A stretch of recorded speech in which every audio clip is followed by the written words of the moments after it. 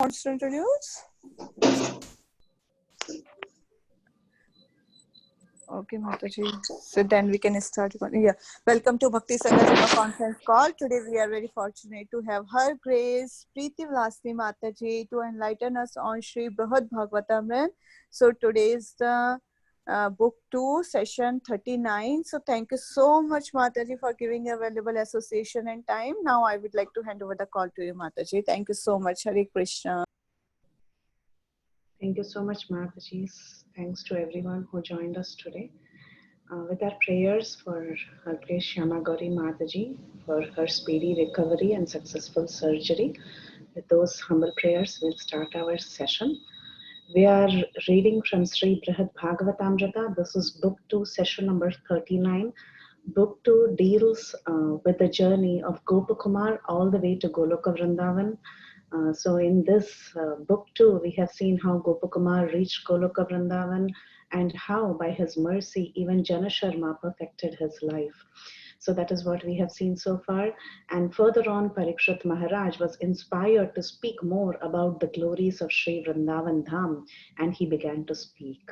So we are continuing from there. So Parikshit Maharaj was telling his dear mother Uttara about the wonderful glories of this Vrindavan Dham. And in our last session, we saw how Parikshit Maharaj was quoting different verses on the glory of Rajabhumi, Govardhan Hill, the different recipients of Lord Sri Krishna's mercy in Vrindavan.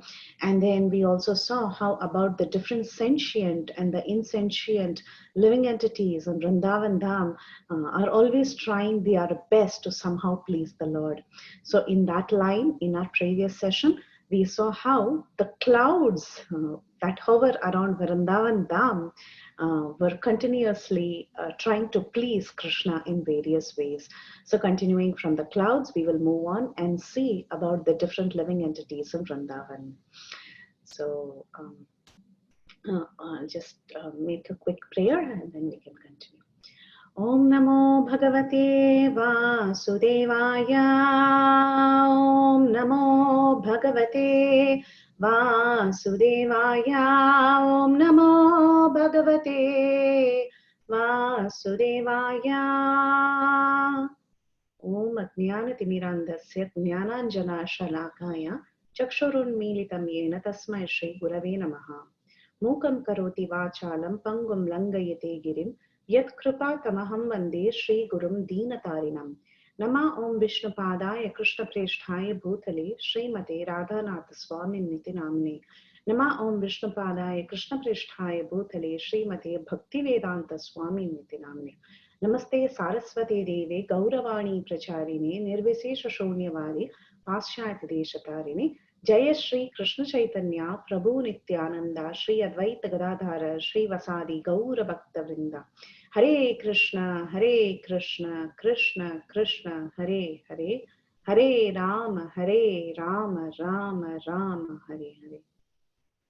So after seeing the clouds, about the glories of the clouds that hover around Vrindavan, next we are going to see the glory of the water bodies in Vrindavan. So for that, there is this beautiful verse from Srimad Bhagavatam, Canto 10, Chapter 21, verse number 15. That says, when the rivers hear the flute song of Lord Krishna, their minds begin to desire them, and thus the flow of their currents is broken, and their waters are agitated, moving around in whirlpools. Then, with the arms of their waves, the rivers embrace Murari's lotus feet, and holding on to them, present offerings of lotus flowers. So after the clouds, we are seeing the next set of, we can say, entities in the Vrindavan Dham, which are the rivers.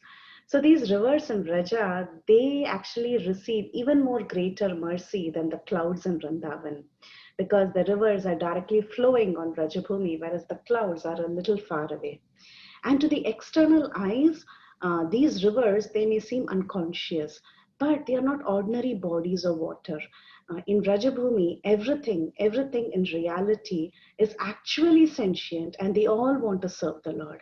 So this verse is recited by one of the Gopis in Srimad Bhagavatam, and she's telling this glory of the rivers to another Gopi. And she's praising all the rivers headed by Sri Yamuna and Manasi Ganga and Vrandavan. And she says that when these rivers, they hear the vibration of Krishna's flute, which is actually the sweetest of all songs, when Krishna plays his flute near these rivers, the sound enters these rivers' ears and it captures their hearts, and they feel intense attraction to that sound. And because of that... Excuse me, Missy. Wait, Mama. Just a minute. Okay, because of the intense attraction that they are feeling, these rivers are feeling to the flute song of Krishna, it captures their heart and they begin to show ecstatic symptoms. What is the ecstatic symptoms that rivers feel? They form whirlpools. So in ecstasy, these rivers, they form beautiful concentric whirlpools as if they are developing ecstatic symptoms right on their surface. So this is how the rivers react when they hear Krishna's beautiful sound of the flute. And the waves of these rivers, like you see the waves that flow in the rivers. So these waves, they are like arms. And these arms, they go and they hold on to Krishna's lotus feet. And in utter humility, they try to cover the lotus feet of Krishna with their loving embrace. And why are these waves of the rivers going and holding Krishna's feet like that? That is because they have this hankering and love for Krishna. So they are always very, they're yearning for the association of Krishna. Because of the hankering that the rivers have for Krishna's lotus feet, which is very, very restless, these rivers move here and there, and then they go and embrace Krishna's lotus feet. And by just the touch of Krishna's lotus feet, they become very, very tranquil once they embrace Krishna's lotus feet. So like this, the rivers also, they are very freely expressing their love for Krishna by catching hold of his lotus feet with their waves.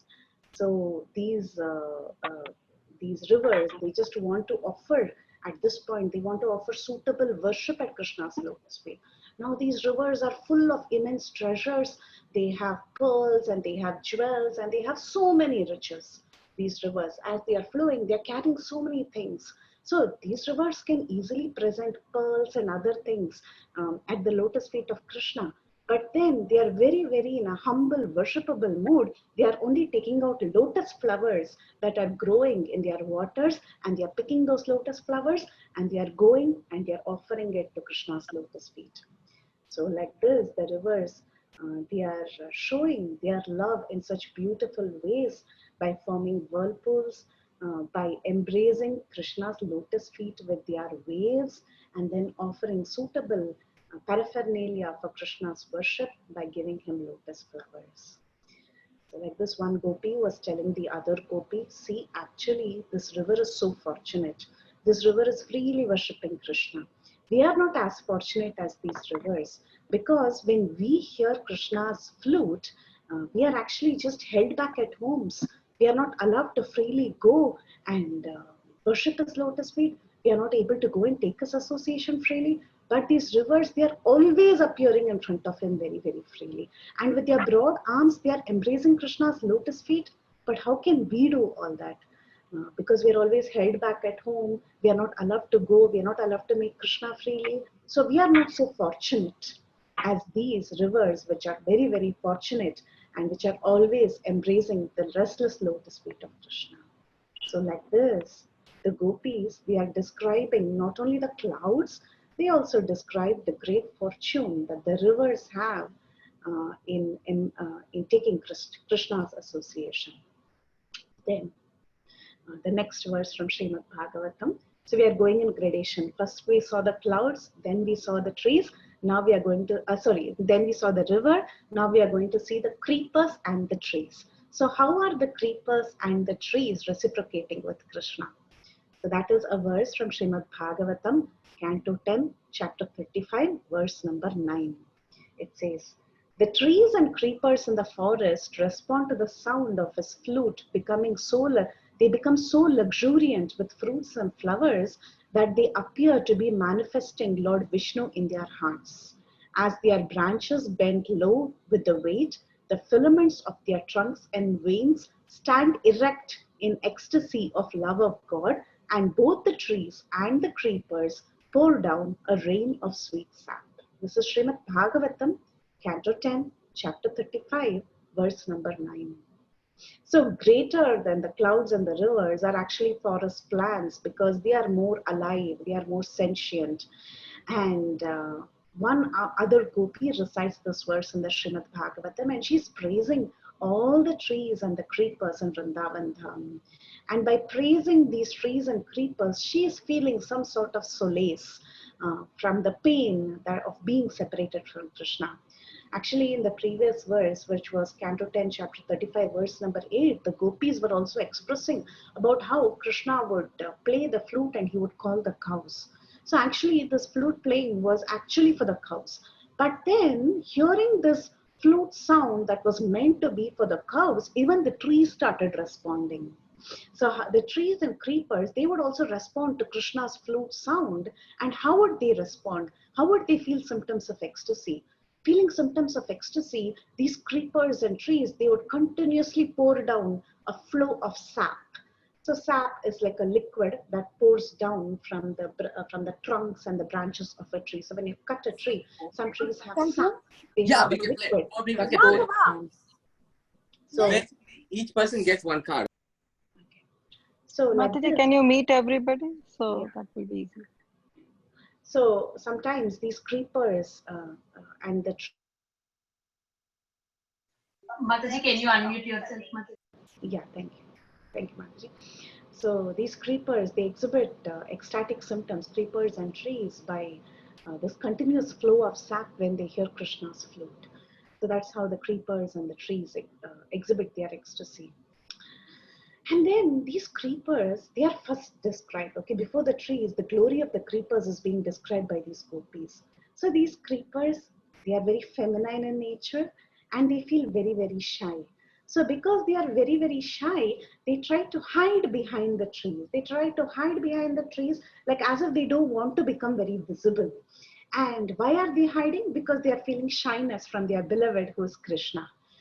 But when they hear this flute sound, suddenly these creepers inadvertently, they begin to exhibit various symptoms. And what is the symptoms that they are exhibiting?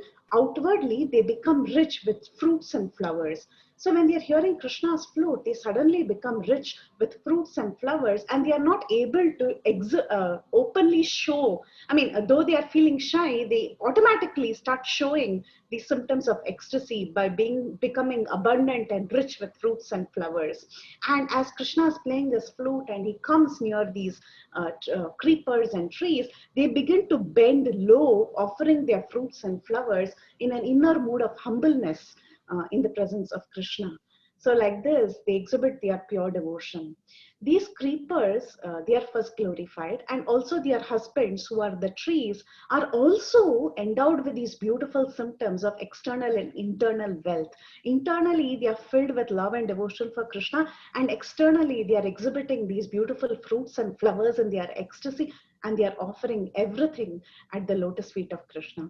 And it is interesting how the Gopis, they first choose to glorify the creepers, because the creepers are considered to be like women, like themselves. The Gopis are also women. So they choose to first glorify the creepers, then they glorify the husband of the creepers, who are the trees.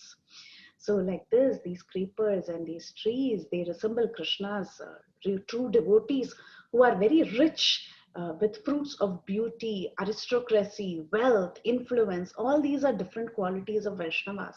Vaishnavas are always rich, endowed with these wonderful qualities. And similarly, these creepers and trees, following in the footsteps of great Vaishnavas, they are also endowed with beauty and wealth and influence and aristocracy. So like this, and also though these devotees of Krishna, great Vaishnavas, are endowed with such wonderful qualities, the greatest embellishment or the greatest ornament of a devotee is humility and shyness. So like that, even these trees, though they are so rich with fruits and flowers, and they are trying to offer it to Krishna, with great humility, they bow down with the weight of the fruits and they give it to Krishna. So like this, they are exhibiting various saintly qualities, though they have Vishnu deep within their heart. Though they are having Vishnu within their heart, they are shining forth with the beauty of devotion. So like this, the trees and creepers, they are constantly showing horripilations on their limbs by exhibiting freely these fruits and flowers in the worship of Krishna. So this prema that they are exhibiting is very similar to the love and devotion that a great Vaishnava develops. But however, these symptoms of prema, they do not, the devotees, they do not freely exhibit it like a show. It automatically comes out, just like how these creepers suddenly manifest fruits and flowers. So similarly, great Vaishnavas, though they have so much love for Krishna and almost they go up to the stage of bhava and prema, still they try to conceal these emotions in front of public. They try to conceal their feelings. Like this, these gopis, they were glorifying the creepers and the trees, and they took so much pleasure in continuously talking about Krishna and Krishna's devotees, who are these creepers and trees, and they were absorbed thinking of Krishna, though they were separated from Krishna. They were feeling this pain of separation from Krishna, but still when they were singing about his pastime and singing about the glories of the clouds, the creepers, the rivers, they were feeling so many beautiful emotions, and that kept them happy even though they were in separation from Krishna. So once they glorified these different non-moving creatures, now they began glorifying the movable creatures, the creatures that are able to move, beginning with the insects, bugs, and worms in Vrandavan. So this is a very beautiful verse, and this verse was actually spoken by Balram to Krishna, and it goes like this. It says, sorry, Krishna to Balram. It says, "O original personality, these bees must all be great sages and most elevated devotees of yours. For they are worshipping you by following you along the path and chanting your glories, which are themselves a holy place for the entire world. Though you have disguised yourself within this forest, O sinless one, they refuse to abandon you, who is indeed their worshipable Lord." So this is a verse from Srimad Bhagavatam, Canto 10, Chapter 15, verse number 6. And Krishna is actually praising his dear brother Balaram about how wherever Balaram goes, the bees are following Balaram. And as mentioned before, also in one of the other verses where Krishna was glorifying Balaram, we should understand that whenever Balaram is being glorified by Krishna, the same glorification actually applies to him, applies to Krishna himself. So understanding that, we should know that this glorification is actually towards Krishna himself. These bees who are following Krishna, they never want to stop chanting Krishna's glory, because the glories of Krishna, it is like a holy pilgrimage site. The glory of Krishna is like a holy pilgrimage site. So they want to give freely this holy pilgrimage site to everyone. And this holy pilgrimage site of Krishna's glories can deliver any person. So that's the reason these bees, they want to give it very freely to everyone. Anyone who comes in contact with the glories of Krishna can automatically be absorbed into pure devotional service. So therefore, these bees are constantly chanting the glories of Krishna and following him wherever he's going. And these bees, they are like great sages. These bees are much better than the sages who are impersonalists. Because the impersonalist devotees, they are hiding themselves. They do not want to openly speak about the glories of the Lord. But however, these bees who are constantly following Krishna, they are going everywhere wherever Krishna is going. Even if Krishna is going inside the deep forest, they try to follow him wherever he goes. Because this Lord is the Lord of their hearts, and they want to join him in the forest wherever Krishna is going, and they disguise themselves as bees, these great sage transcendentalists who are devotees of the Lord. Sometimes they disguise themselves as bees, and they follow Krishna wherever he goes, and they take every opportunity to serve Krishna as he's moving around in this forest of Vrindavan. Then Lord Krishna, he also calls Balaram as Adi Purusha in this particular verse, because he's the original supreme person. Just like how Krishna is the original Supreme Lord, similarly, these bees are also Adi Sevakas. They are constantly serving the Lord. They are the foremost servants of the Lord because they are continuously following Him and they are continuously chanting His glories and His various pastimes. And Krishna also calls Balaram as sinless and free from faults because this Lord, he neglects the sins of all his devotees and the offenses against him, and he's always giving them mercy and liberation from all sorts of miseries. So like this verse is described in various ways. The glory of the bees are sung. Sometimes great sages, they also disguise themselves as bees and they freely follow Krishna singing his glories everywhere in the forest. And because the Lord is Anagha and he's sinless, these bees, they can never abandon him. They can never abandon him. Whatever mistakes the bees do, Krishna doesn't, see the mistakes. He sees only the glories in them.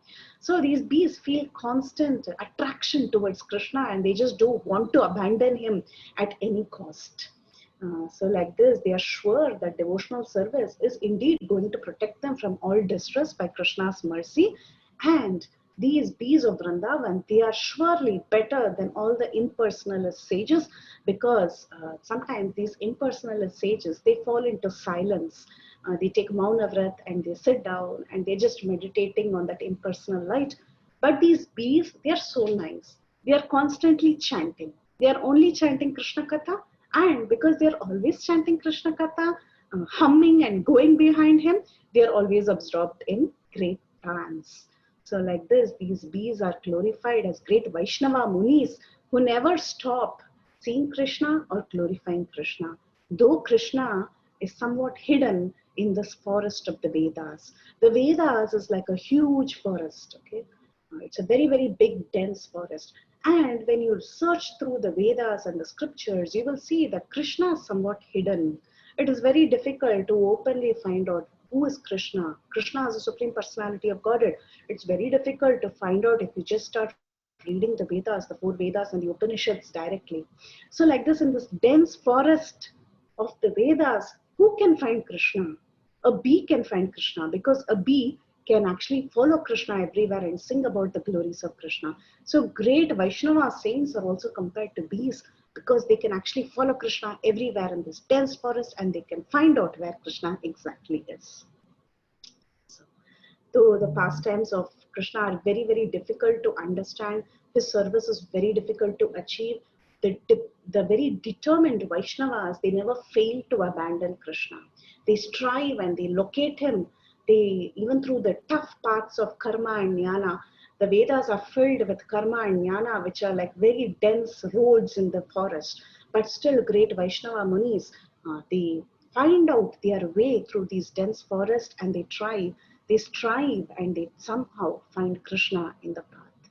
So this is how Vaishnava sages, they surrender unto Krishna, they give up everything for Krishna, and they are very, very similar to the bees of Vrindavan. So like this, the bees are then glorified after the clouds, the river, the trees and creepers, the bees, and then next in gradation, we are going to see the different birds in Vrindavan. Okay. This is Srimad Bhagavatam, Canto 10, Chapter 35, verse number 11. It says, "The charming flute song then steals away the minds of the cranes, swans, and other lake-dwelling birds.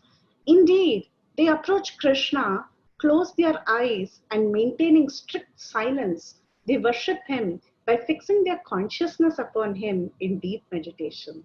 This is Canto 10, Chapter 35, verse number 11. So this is also a song, this is also a verse that is sung by the Gopis. The Gopis, at this time, they were trying to console each other during the daytime when Krishna was absent. And they were glorifying now the birds. So they are saying that the birds of Raja, they are actually superior to the bugs and insects. And even among the birds, there are different levels of birds and various levels of Krishna consciousness. Now, first, they choose to describe the water-dwelling birds, like the waterfowl that is there, like the cranes and the ducks and all of these birds that reside in water. Now, these waterfowls, they are at a little distance from Krishna. They do not get so much opportunity to come very close to Krishna. And the waterfowl that is described in this verse of Srimad Bhagavatam, they appear to be living in a lake that is at a little distance. And this lake is filled with clear water. It has clusters of lotuses and so many other attractions. And innumerable numbers of cranes and swans and birds, they are sporting in this lake. But when they hear Krishna's flute, their minds get captivated. So first they get very bewildered when they hear this beautiful flute sound. First they get bewildered, and in their bewilderment, they begin to fly around madly in all directions around the lake. Then they try to return to the lake and they settle down and they engage in very serious worship of the Lord by fixing their attention exclusively on Him.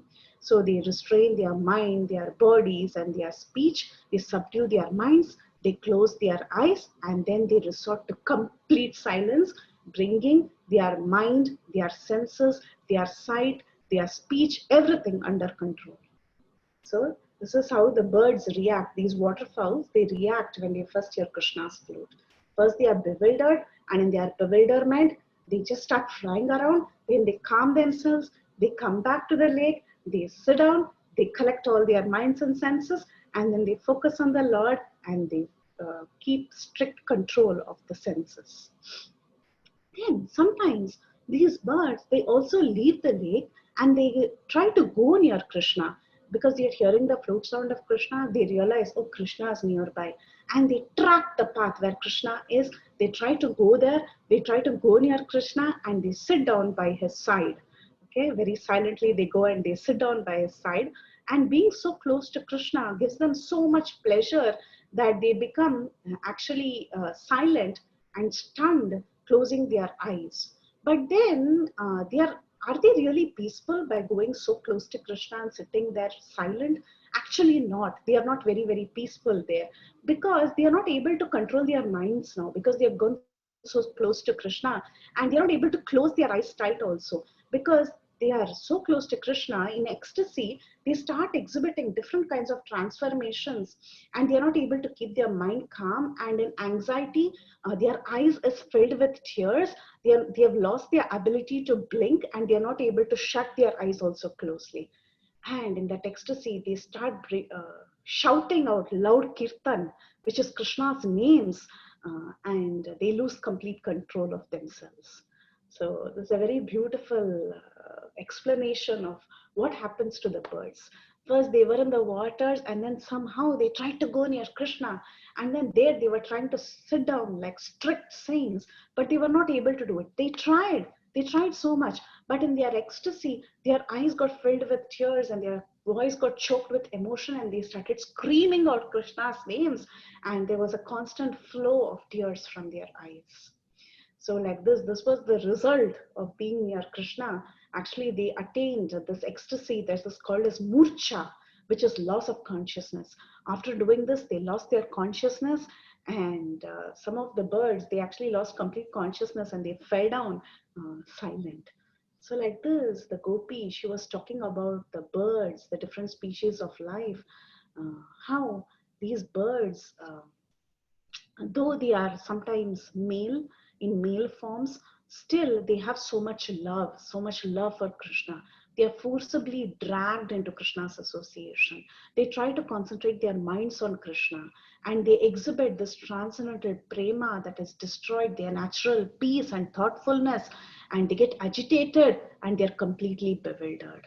So like this, the Gopis are telling, these birds are so fortunate. Even in male bodies, some of them are female, some of them are male. Even in male bodies, these birds are able to exhibit this prema. And we are so unfortunate. We are keeping away from Krishna during daytime. We are separated from Krishna. We are so unfortunate. They were thinking, we wish we could be one of those birds so that we could go and freely take Krishna's association and melt in prema in Krishna's presence. But actually, the Gopis, they are the topmost devotees, and they have no other purpose other than serving Krishna. But however, in their suffering of separation, they were talking like this. So after speaking about the waterfalls, next we go and look at other devotees in Vrandavan, which are the other birds, the birds that can fly and sit on treetops. So we're going to see about them. So this is a verse from Srimad Bhagavatam, and this verse goes like this. O mother, in this forest, all the birds have risen onto the beautiful branches of the trees to see Krishna. With closed eyes, they are simply listening in silence to the sweet vibrations of his flute, and they are not attracted by any other sound. Surely, these birds are on the same level as great sages. Among the different living entities on Rajabhumi, there are also many birds. And these birds, they are not able to hear Krishna's flute sound very closely. So when Krishna is playing this flute and he is walking in the forest of Vrindavan, the cows and the cowherd boys, they are all following Krishna. But the birds, they are sometimes far away, and they are not able to hear Krishna's sound distinctly all the time, because the birds could be near the tree branches and they are not able to closely follow Krishna. So even though Krishna is far away, these birds, they are trying to hear the sound of Krishna's flute. Okay, so this Krishna's flute, it is giving an opportunity for the birds to perceive Krishna by hearing, somehow trying to focus their attention with their ears to Krishna's flute sound. There is a rich foliage, the forest is very dense, so it is very hard to get the clear notes of Krishna's flute. But still, these birds are putting in a lot of effort to hear Krishna's flute sound very, very carefully. And sometimes the branches of the trees and the dense foliage makes it very difficult for them to see Krishna. So these birds, they try to fly to higher branches to get a glimpse of Krishna. But still, they are not very successful. But then what happens is, because of Krishna's flute sound, these trees, we saw how these began to exhibit symptoms of ecstasy by making fruits and flowers. So like that, because of the flute sound of Krishna, as the flute sound of Krishna comes closer and closer and closer to the trees start exhibiting these fruits and flowers. So once these trees start exhibiting fruits and flowers, Krishna gets very attracted to the trees. So Krishna comes to the trees to pick these fruits and flowers. So when Krishna comes to pick these fruits and flowers, what happens? These birds get very excited, because now the birds know that Krishna has come close to them. And at this point in time, when Krishna comes closer, these birds, they fly to higher branches so that they can get a clear view of Krishna's beauty, because they don't want these twigs and leaves to block their vision of Krishna. So like that, they take darshan of Krishna to their heart's content, and they feel very, very ecstatic on treetops. And sometimes on treetops, what they do is they close their eyes in meditation, and they are so, because of symptoms of ecstasy, they begin to close their eyes, and they feel so happy that Krishna has come so close to them. And these birds are also like great sages who want to devote their life to Krishna, and they also perch on the topmost branches of the trees of the Vedas, because they do not want these leaves and twigs, which are other methods that is described in the Vedas, to obstruct their view. So very similar to the great transcendentalists who are searching Krishna through the Vedas, they are also like the birds, because they don't want these different paths of karma and jnana to distract them. So they very quickly climb up on the topmost branch, which is the branch of devotion, so that they can have a clear view of Krishna through the Vedas. So like this, everybody gets attracted by Krishna's transcendental flute, and they become very eager to see them. And they, just like the birds, even the sages also, they close their eyes in great ecstasy, and they dedicate themselves to this wonderful Harinam. So whenever Harinam Sankirtan is done, you see great devotees, they just get absorbed and they close their eyes in ecstasy. So like that, very similar to the birds who are actually perching on top of tree branches and closing their eyes in ecstasy, listening to Krishna's flute in a very close proximity. So like this, these birds are described as being very, very fortunate, and they are compared to great sages. And in fact, it is also true that sometimes great sages, they decide to become birds in Vrindavan so that they can go and hear Krishna's flute in person in the form of birds. And according to the commentary of Srila Sridhara Swami, all sages, even if very content in themselves, they should actually become birds in Vrindavan forest. So that is the best means of perfection for these great sages. And in the purport of this verse, it is also said that the branches and the trees, so we just said how the trees, they exhibit ecstatic symptoms by exhibiting fruits and flowers. So not only do they exhibit fruits and flowers, but also the branches of the trees, they start vibrating in ecstasy. So when someone is in great ecstasy, you exhibit horripilations, right? And your body shivers. So like that, the branches of these trees, they also begin to shiver, and when they are hearing Krishna's flute song.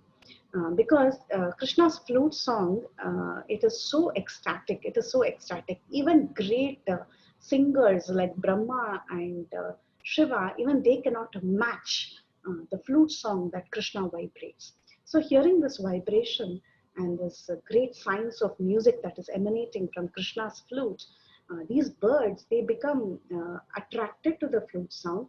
The branches of the trees are vibrating because of the flute sound, and these birds, they are not able to sit on these branches because they are constantly shaking. So they start flying up, and they go on to higher branches, and they cling on very, very tightly to the branches so that they don't fall down. These birds have also closed their eyes. They are also in ecstasy. Now there may be a chance that they will also fall down because the branches are trembling. So they hold on very, very tightly to these branches, and they sit there so that they are not falling off from the branches as they are trembling. So like this, the Gopis, they are glorifying the trees, the branches, and the birds who are perched on the branches. And thinking about the birds, the Gopis, they are feeling even more disappointed, meaning they are thinking how terrible this is. We do not have such unalloyed devotion to Krishna. We cannot hear his flute sound when he goes to the forest. We cannot renounce everything and climb these branches and trees and sit there transfixed on Krishna. And we do not, get a clear vision of Krishna like these birds. We are not able to tremble when Krishna is playing his flute. So to hell with us. So like these Gopis, they are actually glorifying the trees, the branches, the birds, and actually they are cursing themselves for being unfortunate, for being always in separation from Krishna. And in this verse, we see how one Gopi calls the other Gopi Amba. Sometimes it is a common thing that the Gopis, they call each other Mataji. So it's a common trend even among the Gopis. So that was this very beautiful verse from Srimad Bhagavatam. That talks about the glories of the birds who fly around and who take shelter on treetops. Then, going in gradation, the next level of living entities are the deers. So, but this is a verse from Bhagavatam that speaks about the glory of the deers. Again, the Gopis are describing the glory of the deer. And this is Srimad Bhagavatam, Canto 10, Chapter 21, verse number 11.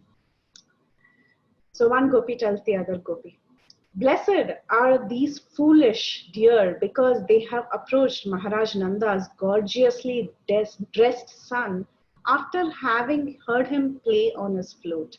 Indeed, both the doe and the bucks worship the Lord with looks of love and affection." This is Srimad Bhagavatam 10:21-11. How are they worshipping Krishna? By their looks of love and affection. So let's see the glory of the deers. So the deers, they are also similar species to the cows and other creatures, and they are able to freely move in the forest as Krishna is taking the cows to graze in the forest. And the worship of the trees was very, very simple. They didn't have to do much, very, very simple worship. What was the worship that they did? Just glancing at Krishna. That is the beauty of the worship of the deer. So the deer was offering his worship, both the does and the bucks. So that is both the male and the female deer together They are moving around in the forest and they are offering their worship, which is no more than loving glances towards Krishna. So these deer, they didn't have any suitable paraphernalia, grand paraphernalia for the worship of Krishna, but they used their eyes in the service of Krishna. And this sort of worship was exceptionally pleasing to Krishna. Krishna was so happy with them. So how were they worshipping him, seeing him? Krishna was decorated with beautiful forest ornaments like flower garlands, peacock feathers, gunja berries, and his hair was so nicely decorated. His body was smeared with the forest minerals. He was wearing Vaijayanti Mala and he was moving around with his cowherd boyfriends in this forest of Vrandavan.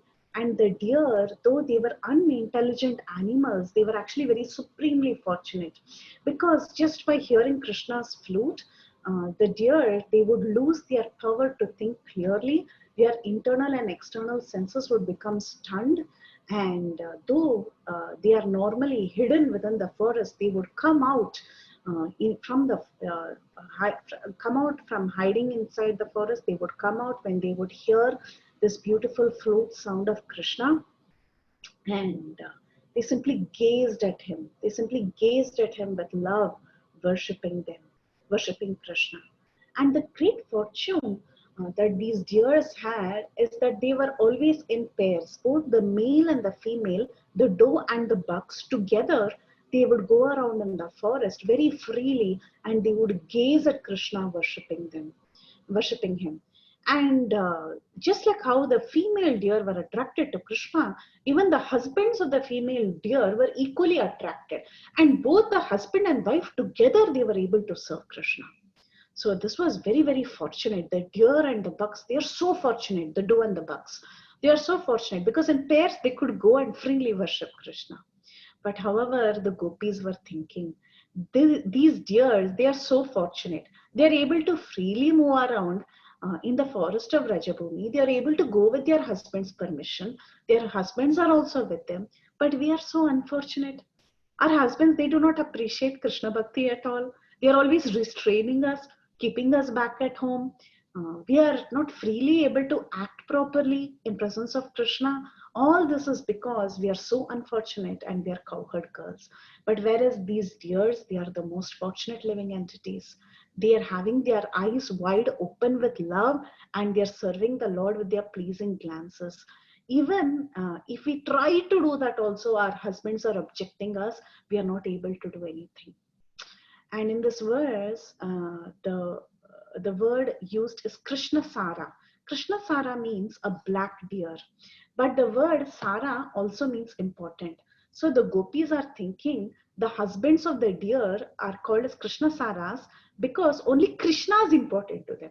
So that's why they are called as Krishna Saras. So, but however, look at the attitude of our husbands. It is just the opposite. The husband of the deer, they are so nice. They are Krishna Saras. But our husbands, no use. They are very, very hopeless. They're not even allowing us to go to the forest to even glance at Krishna. Actually, the fact is that even the cowherd men, they are also very, very fortunate. They are great Vaishnavas. They are very devoted to Krishna. But still constrained by this husband and wife relationship, the gopis, they sometimes have to worship Krishna as a secret paramour. They cannot freely go and worship Krishna. So the gopis, therefore, they are just thinking about their unfortunate situation and about the great fortunate situation that the deers have in the forest of Vrandavan. So after glorifying the great fortune of the deers, now the gopis, they speak about the cows. The cows are definitely fortunate because the cows are constantly traveling with Krishna everywhere in the forests of Vrandavan. So let's see about the cows. This is the verse from Srimad Bhagavatam, Canto 10, Chapter 21, verse number 13. The verse goes like this. Using their upraised ears as vessels, the cows are drinking the nectar of the flute song pouring out of Krishna's mouth. The calves, their mouth full of milk from their mother's moist nipples, stand still as they take Govinda within themselves through their tear-filled eyes and embrace him with their hearts. Such a beautiful verse about the cows. So by far, the most superior we have seen so far is definitely the cows. They are more superior than the deers in the forest of Vrandavan because the cows are personally tended by Sri Gopal. Gopal is personally taking care of them. He's personally tending them and taking them out for grazing. So how fortunate they are. And these cows, they also have the great fortune of hearing Krishna's flute sound. Actually, Krishna's flute sound was exclusively meant for the cows. Because Krishna's calling out to the cows with his flute sound, only all of the rest of the living entities in Vrindavan are able to hear the flute sound of Krishna, right? So therefore, the flute sound of Krishna was actually meant only for the cows. And this flute sound was just like Piyusha, which is like nectar that is created on the moon. And Krishna's face also seemed to be like the moon. So imagine the moon is creating nectar. Okay, it's just a poetic metaphor for us to understand. Moon creates nectar. Similarly, Krishna's face that is like the moon is creating nectar. What is that nectar? That nectar is the flute song. Okay, so these cows, they are just enjoying this nectar and they are so anxious that they don't even want to spill a drop of this nectar. So they are using their ears like cups, like cupped palm, like you hold your palm like that, right? So they are using their ears like cupped palm so that they can drink that nectar very, very carefully. So it means that they were really, really listening to Krishna's flute sound with rapt attention. They didn't want to miss a second of Krishna's flute. And some of the calves who were there with the cows, many of them were very newborn. And as a newborn baby, they were drinking their mother's milk. But then, when these calves heard Krishna's flute sound, they became so stunned that they forgot what they were doing and they simply kept their mother's milk in their mouths without swallowing it. So they just held the mother's milk like that and they didn't even want to swallow it because they were thinking that if I swallow it, see, inside my internal organs also there is going to be some sound, right? When we are chewing or when we are swallowing something, there is some internal sound. So you may not be able to very clearly, distinctly hear all the sound that is there outside. So these calves, they were so stunned. First thing, they were so stunned hearing this flute sound. Second thing, they didn't want to swallow or make any internal activity that would disrupt their hearing of the flute sound. So like that, these calves, they simply kept their mother's milk in their mouth without swallowing it. And they were so absorbed in drinking this beautiful nectar of Krishna's moon-like face and that flute sound, they became motionless like paintings or corpses without any movement. And as their love for Krishna swelled in their hearts, the cows who were already giving milk, they spontaneously had a flow of milk from their udders, and the grass on which they were walking all became wet because of Krishna's flute sound. And these cows were also unable to chew the grass that they were having in their mouth because of the same reason. They did not want any internal sounds, and also they were stunned just like paintings. They were just silently, with open mouth, listening to Krishna's flute sound. They were not able to chew at all. And these cows, they were indeed raised to the highest platform of love of God, just by seeing Krishna with their eyes. And they were embracing Krishna within their hearts it was like as if they were swallowing Krishna through their eyes, taking him in and embracing him within their hearts. And sometimes a few drops of water would appear from their eyes, and because they were constantly moved by their love for Krishna, so sometimes few drops would come out of their eyes and they would just stand still like paintings. So thinking about this great fortune of the cows and the calves of Vrindavan, these gopis, they were telling each other, my dear friends, these cows, they act so wonderfully. But we gopis, we are human beings, and we should not be excused. I mean, we should be excused for sometimes attaining states of prema where we lose ourselves. Even cows are actually exhibiting symptoms of prema. So we should not blame each other sometimes when we lose our consciousness, or sometimes when we become stunned, and sometimes we forget our duties, and sometimes when we just run madly after Krishna. So we should not really blame ourselves. Even animals like cows are actually exhibiting such symptoms of prema. So like that, this gopis are talking to each other. So after speaking about the cows, now as a group, some of these animals like Vraja's bulls, deer, cows, all of them together are glorified. So we will see that verse. This is a verse from Srimad Bhagavatam, Canto 10, Chapter 35, verse number 5. It says, when he vibrates his flute, Vraja's bulls, deer, and cows, standing in groups at a great distance, are all captivated by the sound, and so they stop chewing the food in their mouths, and their eyes are filled with tears. Stunned, they appear as if asleep or like figures in painting. This is very similar to the verse that we saw previously. This is Canto 10, Chapter 35, verse number 5. So this verse describes the great fortune that is shared by the cows, the bulls, and other animals that are there with them in the forests, like the deer and so many other animals that are both close to Krishna as well as far away from Krishna. And this verse says that how everybody in the forest is enchanted. They all forget about the grass in their mouths. The grass just remains unchewed in their mouths. Sometimes it falls down from their mouth onto the ground, but still they are not bothered. Their ears are standing upright. Sometimes these animals, they just remain still, and they all just look like painted images, like still images. So like this, all these animals in Vrindavan, they are all bewildered by prema, and they lose their power of thought and activity. The same scene can be imagined in another way. This is a very beautiful commentary by Sanatana Goswami, the author of Sri Bhagavatamrta, who has given such beautiful nectar in every single verse. So all glories to him. He talks about the scene, how you can imagine the scene, what's happening in the forest of Vrindavan. He says, actually first the cows, they hear Krishna's flute from a distance in an indistinct murmur, without any embellishments or even a discernible melody. But simply that faint sound is enough to capture their hearts and completely agitate them.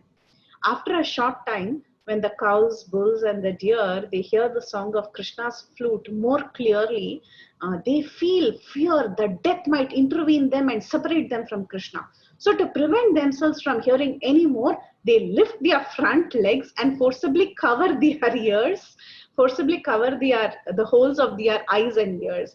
And when that fails to stop the sound, they come closer to Krishna, and holding blades of grass in their mouth as a sign of humble demeanor, they request Krishna to stop. And when this also fails to stop Krishna from playing, they become very, very stunned. And the word Charitam in this verse is in a singular form, but actually these animals all together, they all fall in a stupor, and they come closely in densely packed groups, like figures that are posing in front of a camera. So you can imagine all this, how Sanatana Goswami gives us this beautiful description. So first, these animals, they are hearing a faint sound of the flute, and then they start hearing a very clear, all these ragas and these beautiful embellishments, and they are able to hear every note of Krishna's flute, and then they all they think, oh my God, this is so wonderful, this is so ecstatic, now we might even lose our lives. So they are thinking we might even die now in our ecstasy. So they try to stop hearing it by lifting their front legs. They start lifting their front legs, so they're trying to cover their eyes and their ears, and sometimes they even hold blades of grass. Actually in this verse it's saying that they're just holding the grass in their mouth, but the way Sanatana Goswami imagines it, or rather he chooses to comment on it, is that these cows, they are holding blades of grass and as a sign of humility. They're telling Krishna, okay, stop, if you continue to play so wonderfully, then we're just going to lose our life. But then they know Krishna is still continuing to play his flute. So after a point in time, they are just stunned and wrapped in ecstasy, and they just stare at Krishna, and all these animals, they come close together like as if they are posing for a group photo. So when you're posing for a group photo, what would you do? All of you would come together and just stand still. You wouldn't be making movements because you want to capture the right, picture. So all of you are together and you're posing. So like that, all these animals would come together and they would just stare at Krishna posing in front of them, like as if they are all a painting. Very beautiful explanation of all the animals together in Vrandavan. Okay. So now we are going to quickly touch the Aboriginal women and then we will stop. So now we are moving to human beings. We have seen the clouds, then we saw the river, the creepers, the trees, then we saw the bees, then we saw waterfowls, then we saw the flying birds, then we saw the deer, then the cows, then the group of animals. So we have seen all of them. Now we are going to see human beings, and we are going to start with the Aboriginal women of Vrindavan, and we'll stop after that. Because then after that we have the cowherd boys and the motherly, the devotees and Vatsalya Rasa, and then the cowherd women. So many of them have to be discussed. So we're just going to quickly touch the Aboriginal women in Vrindavan. And this is the verse in Srimad Bhagavatam, Canto 10, Chapter 21, verse number 17. The Aboriginal women of Vrindavan area become disturbed by lust when they see the grass marked with the reddish kumkum powder, endowed with the color of Krishna's lotus feet. This powder originally decorated his beloveds, and then when the Aboriginal women smear it on their faces and on their breasts, they feel fully satisfied and give up all their anxiety. This is Canto 10, Chapter 21, verse number 17. So again, this is a glorification by the Gopis. The one Gopi was telling another Gopi about the glories of the outcast women who generally dwell in the forest. And these castes are called as the Pulinda and the other Aboriginal tribes who live in Vraja. Sometimes they are also called as Sabaras. And there are other tribes also like the Billa tribe and so many other tribes who live in Vrajabhumi. And these Pulinda women, they generally come to pick firewood and other things in the forest. And sometimes when they come to this forest, they sometimes see this kumkuma, this red colored powder on the grass of the forest of Vrindavan. And when they see this kumkuma that has come from the lotus feet of Krishna, they just get so attracted to it. They just smear this kumkuma all over their body, and they think of Krishna, and they have so much love for Krishna. Their love for Krishna awakens as they see these beautiful red colored powder everywhere.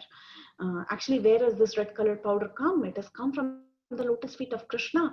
And how did Krishna get this kumkuma on his lotus feet? It is because of his wonderful association with the Gopis. As he was playing around with the Gopis, the kumkuma from the Gopis is actually transferred to Krishna's feet. And as Krishna has walked in the forest of Vrindavan, he smeared all the grass with this kumkuma.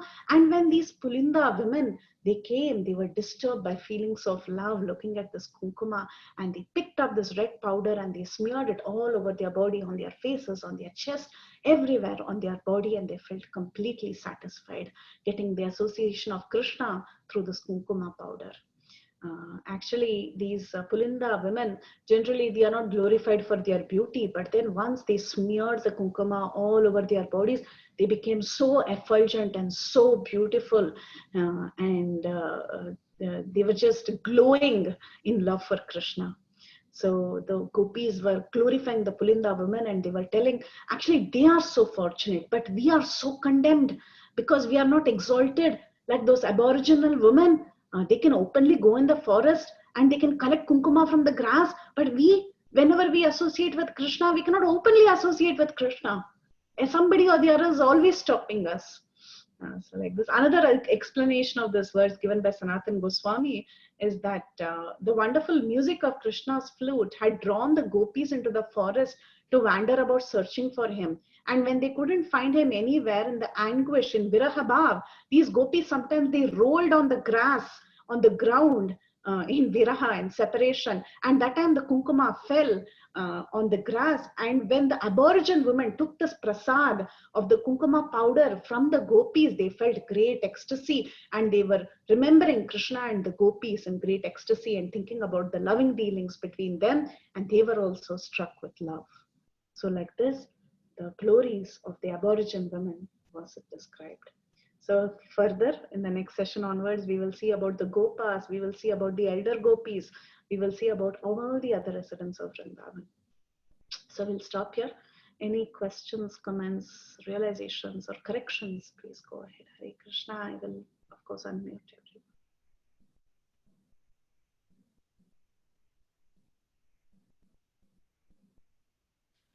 Hare Krishna Mataji, why did you stop?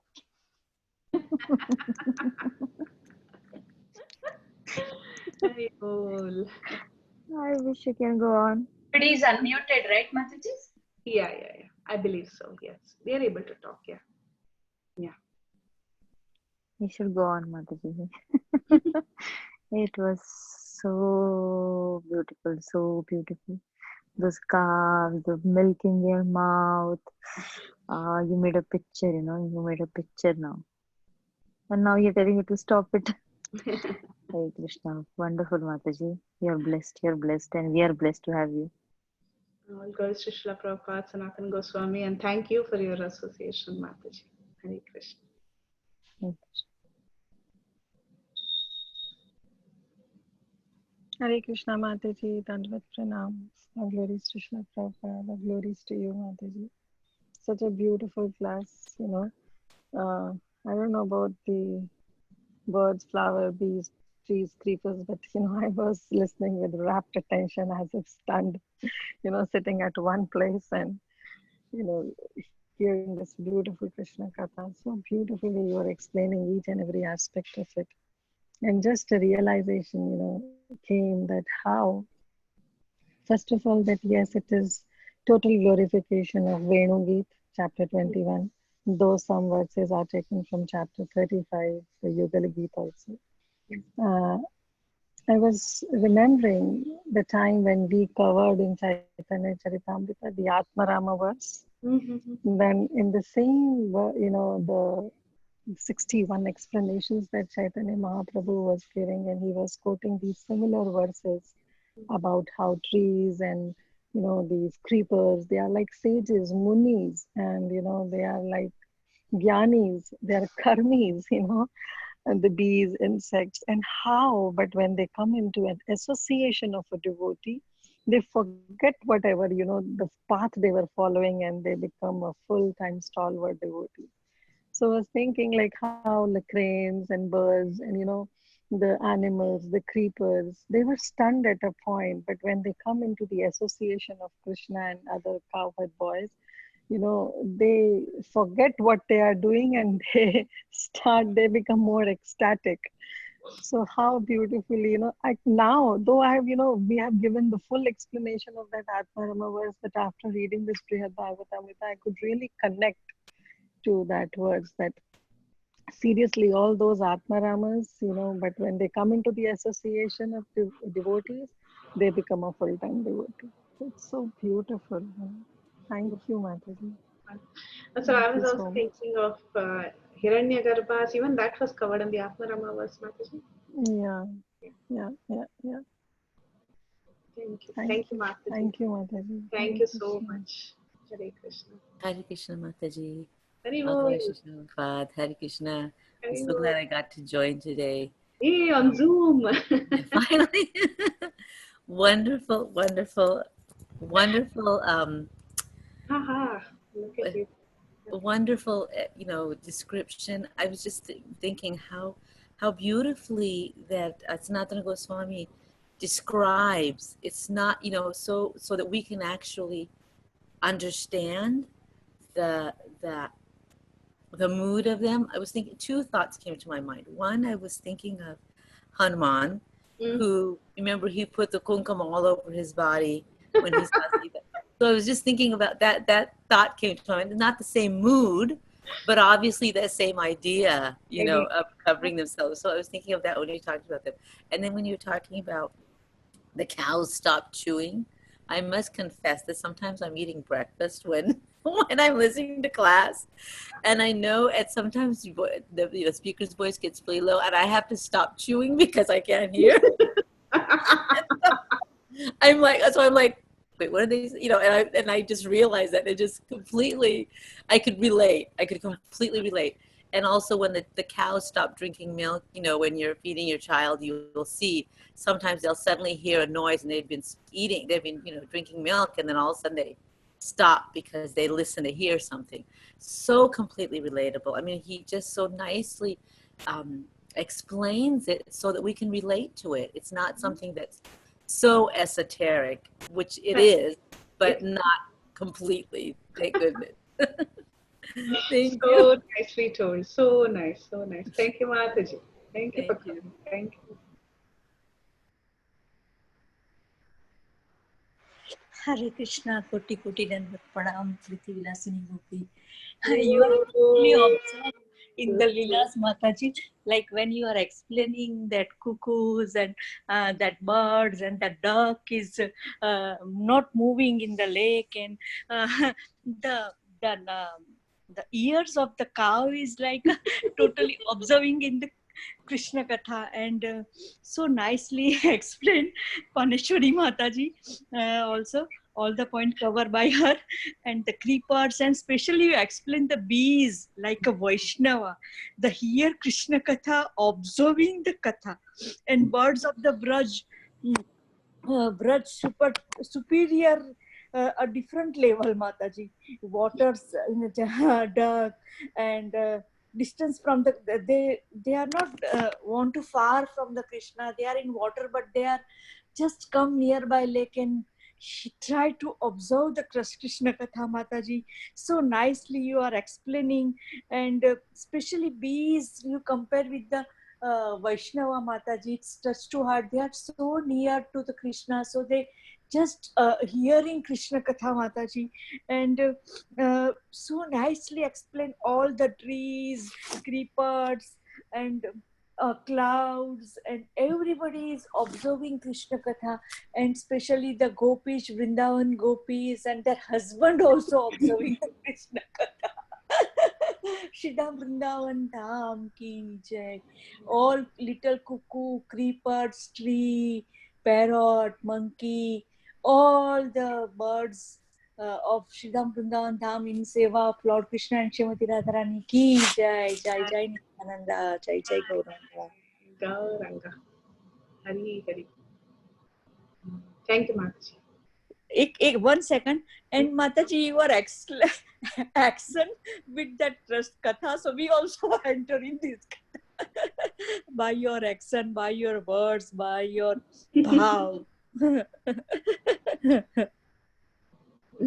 Thank you, Mataji, for your association. Hare Krishna, Mataji. Dandavat Pranam. What a beautiful nectarian class. I always think, okay, today was your best class. Then next time again, you are giving your best class. Again, you are giving your best class. So it just keeps on growing. Like it becomes more and more nectarian always. Thank you so much. So many points are so wonderful. Like how you started with rivers and then trees and creepers. And I really like that point where you mentioned that creepers are like women. So gopis are glory creepers first and then their husband, the trees. How nicely, right? He's written. It's so nice. His realizations are so wonderful, Sanatana Goswami. Yeah. And like creepers are hiding behind trees and watching Krishna because they're shy. And then at the same time, they're also humble, have the humility, you know. And like you said, like this prema by trees is shown by great Vaishnavas also, like in the form of humility and shyness. So I was thinking of Srila Rupa Goswami, how he felt when everyone was praising him for his writings, and still he was so humble. Yeah. And then the bees are glorified, birds, deers, cows, and I was thinking like all these Vrajavasis, they are like teaching how we can worship Krishna as per our own capacity and capability, even when we are in a very difficult situation. Like sometimes even a small thing, sometimes when we are in temple in the festival time and it's very crowded, and then I don't get my spot in the front or second row, then I'm in the back side. Then I missed my spot today. And then I'm thinking, okay, now it's fine. Even creepers are hiding behind the trees. And we can worship Krishna with our eyes. Wonderful, wonderful, wonderful, wonderful. from them. So much to learn. I mean, it's superb. It's very, very beautiful. Thank you so much, Mataji. So as you were talking, I was reminded of this lecture by Guru Maharaj, which was everyone is happy in Vrandavan. You were saying, right? Everyone can worship according to their capacity. There is one very sweet, very, very nectarian lecture that says everyone is happy. I think you must have heard the lecture, right? So, Mataji, can you mention it again? It says everyone is happy in Vrindavan. Okay. So how everyone is just worshipping and offering service to Krishna based on their capacity, and still they are not thinking, oh, you have a better opportunity, I don't have. I mean, the competition is transcendental, but there is no question of envy or something like that. Yeah, it's called everyone is happy in Vrindavan. Yes. So, and about all these different creatures, there was one class actually. Okay. Thank you, Mataji. Hare Krishna. Thank you, Mataji. Hare Krishna.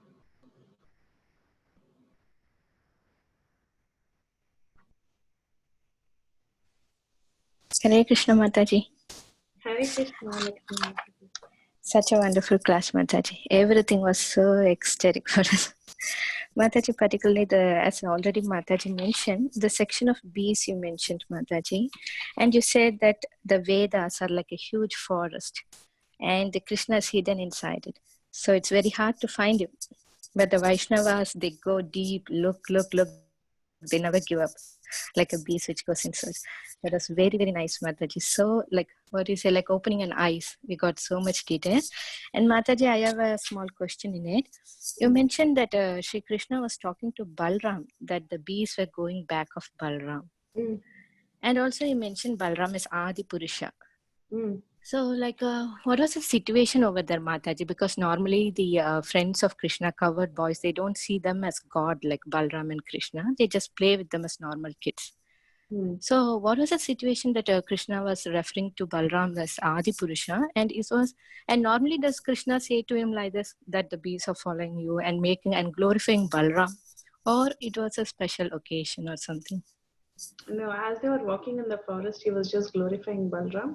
And whatever words were spoken in glorification of Balram actually applies to himself. But, he cannot say, oh, I am this, I am that, right? So he glorifies his elder brother Balram. 10:15:6, we will open this purport and we'll probably read it to get more insights. Because these, especially this 10th canto, verses, they are so highly commented by all our acharyas, but Prabhupada generally puts in everything together. 10:15:6, let's read that of Prabhupada.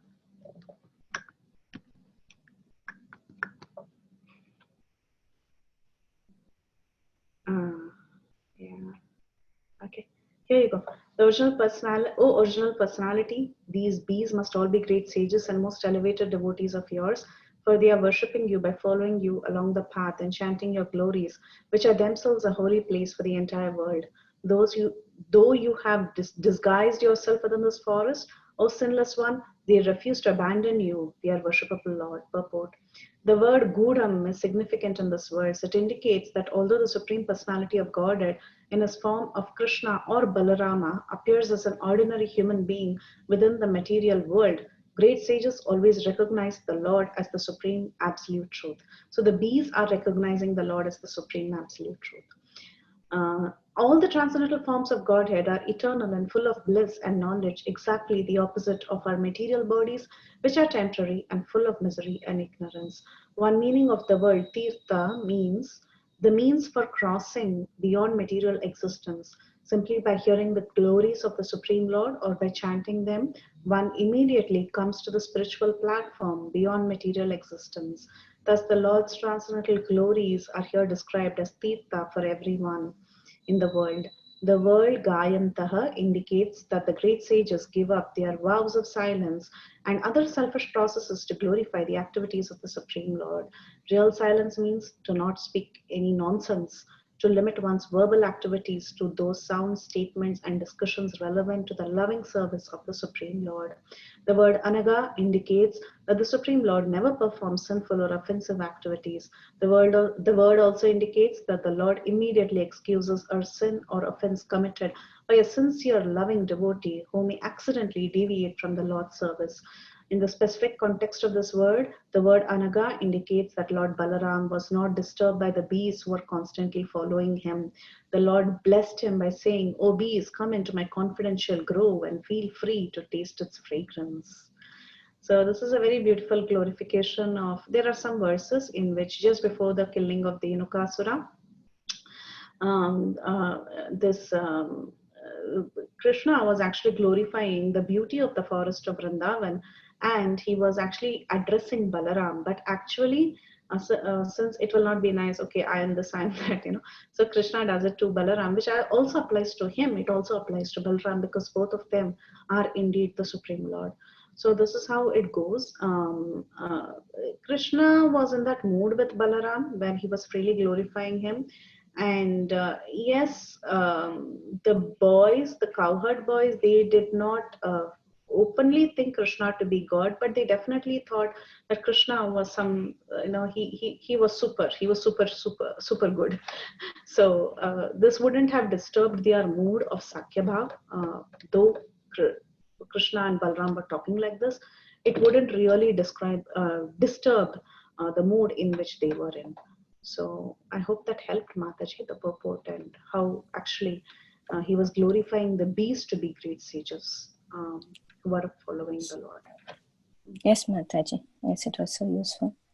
So the bees were obviously, they were like great saints. They were just one because even though they are in human form, they can recognize they both are like Adipurush. And Mataji, one more point, Mataji. In talking about the deers, you said that the Gopis, they were very much unfortunate. They were telling they were unfortunate because the husbands are not with them to worship Krishna.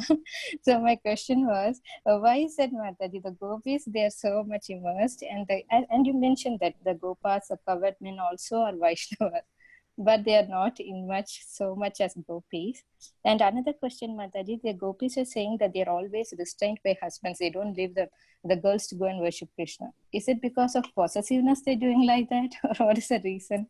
Yeah, the ultimate reason is to enhance the Parakya Rasa with the Gopis. So the most beautiful relationship, or the conjugal rasa between the Gopis and Krishna is not in Swakya mood itself.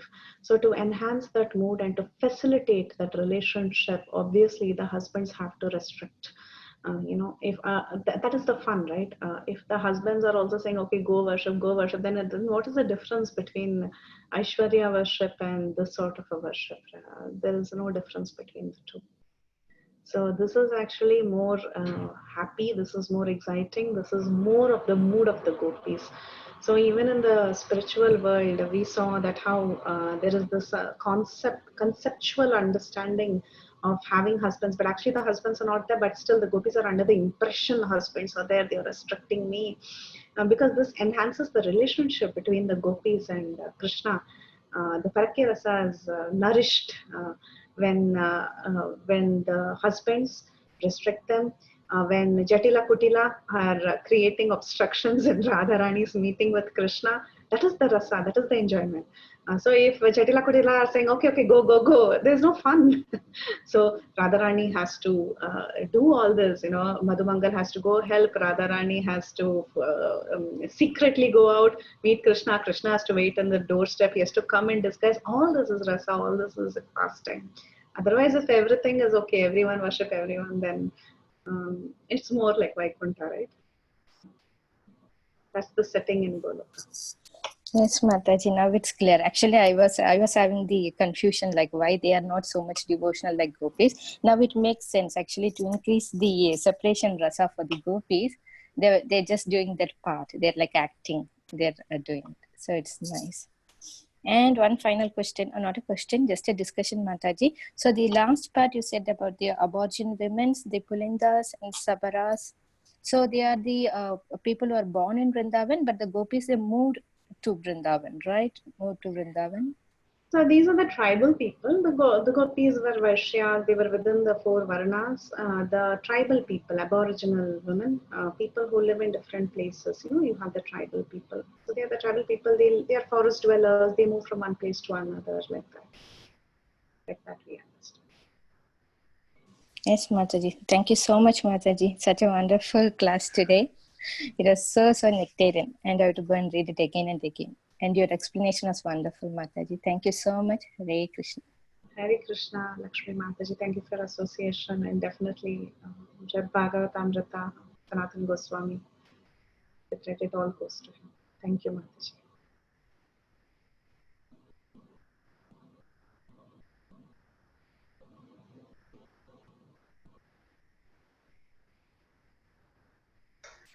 Hare Krishna Mataji, Dandavat Pranam.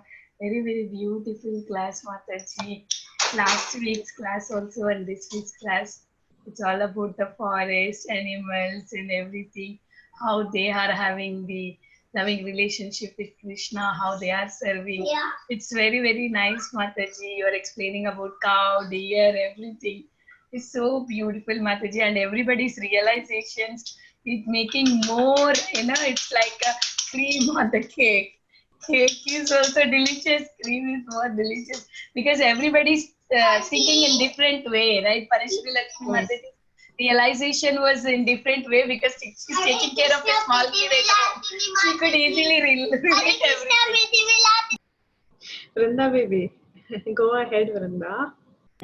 So, Mataji, your class is very nice, Mataji. Thank you, Vasishta Muni. Thank you so much for giving approval. Vasishta Muni ki jai.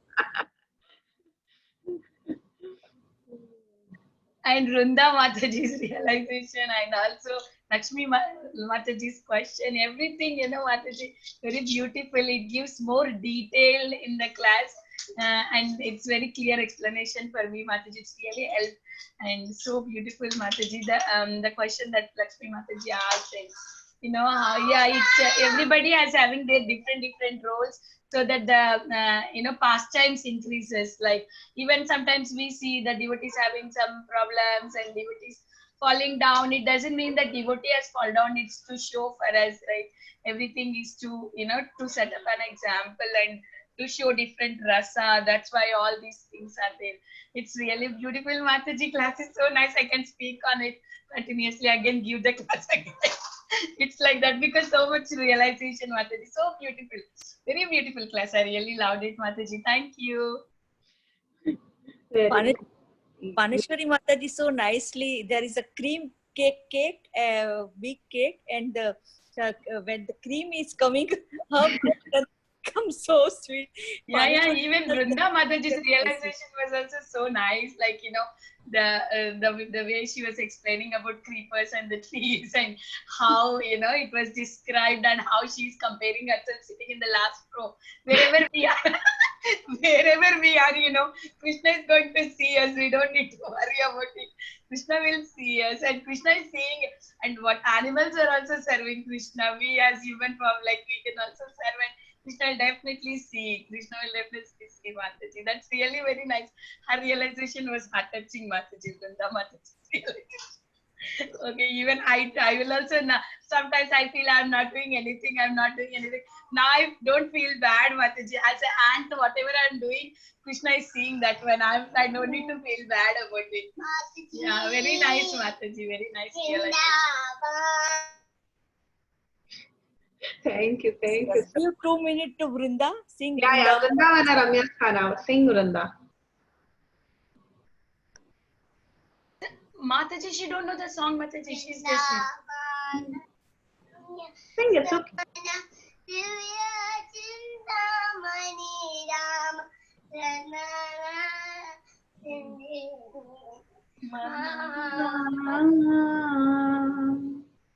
Wow. Awesome, Vrinda. Hari Bol, Vrinda. Hari Vrinda Gopi ki jai. Vrinda Gopi ki jai. Hari Bol Mataji. Beautiful class. And Vrinda, she was here yesterday and she's so much Yes, Vrinda. Thank you, Anjana Gopika Mataji. Yes, Mataji, from yesterday's class only, Mataji, from the Yes, from yesterday's class. Ujjwal Prabhu taught us, right?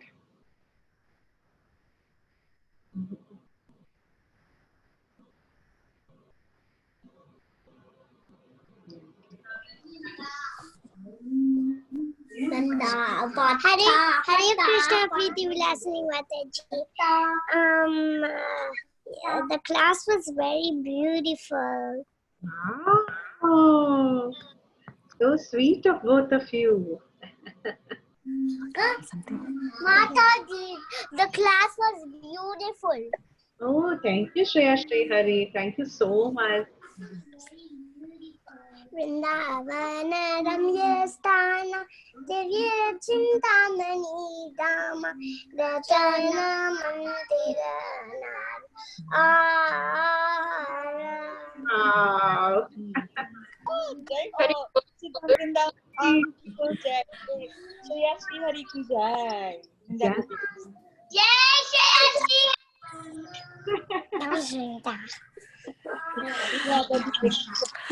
How do you agree, no, Mataji?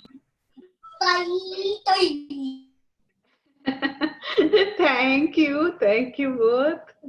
Thank you, Vrinda. Thank you so much, Mataji, for the beautiful class.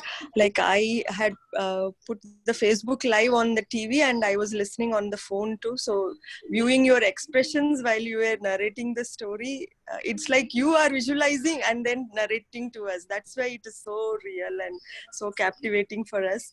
Thank you for bringing this nectar week, day in and day out. So we can just simply listen to you, Mataji. Thank you so much. Hare Krishna. Thank you for your valuable association. Thank you for being with us. Mataji, is it okay if I sing? Yes, Akshita. Yes, we are waiting to hear from you. Okay, sing. Vrindavana Ramya Sthana Divya Chintamani Dama Ratana Mandira Mala Hara Abrita Kalindini Re Raja Hamsa Kilikar Tahe Sobe Kanaka Kamala. Beautiful. Thank you so much, Akshita. Thank you so much. This Vrindavana has made a beautiful impact. Thank you. And our class is also about Vrindavana, Mataji. Also, Mataji.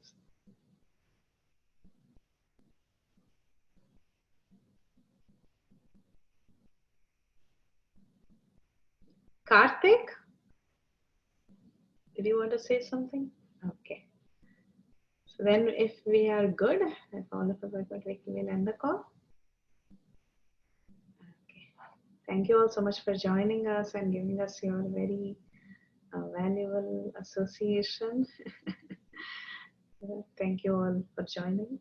We'll end the call. Vancha kalpatarubhascha kripa sindhu devacha patitanam pavanebhyo vaishnavebhyo namo. Hare Krishna. Hare Krishna Mataji. Yes, Karthik. Your class was very nice. Thank you, Karthik. Did you want to sing, Karthik? What? Okay. Vrindavana Ramya Sthana Divya Chintamani Dhama Ratana Mandira Mano Hara Abrata Kalindini Rajam Sakelikare Tahe Shobe Kanaka Kamala Taramate Himapita Ashtadale Beshtita Ashtadale Pradhana Naika Taramate Ratnasani বসিয়া ছে তোরি যায় তার তার শ্যামা সঙ্গে Radhika. Thank you, Mataji. Beautiful, Anshu. Haribo. Hari Hari. Beautiful. Haribo. Thank you, Mataji. Thank you so much. Mataji, because of your class, kids are all, they are full of Vrindavan mood. Mataji came from Vrindavan. Thank you, Mataji. And thanks to all the kids for really setting in the mood. They're very beautiful. Okay. So, I hope it is all yesterday's class. We were also Mataji. They just finished before bedtime. I think all kids were singing Vrindavana Ramyasthana before bedtime. Very true. Very true. Thank you, Mataji. Vancha kalpatarubhyascha kripa sindhubhyo च पतितानां पावनेभ्यो वैष्णवेभ्यो नमो नमः अनंत कोटि वैष्णव वृंद की जय श्री प्रभुपाद की जय श्री बृहद भागवतामृता की जय श्री सनातन गोस्वामी की जय जय श्री प्रभुपाद हरे जय हर प्रीति विलासी माता जी की जय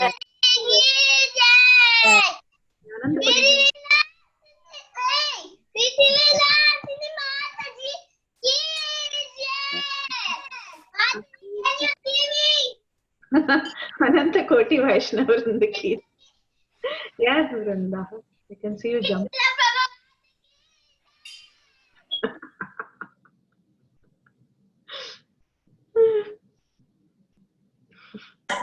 Thank you, Mataji. Hare Krishna. Thank you, Mataji. Hare Krishna.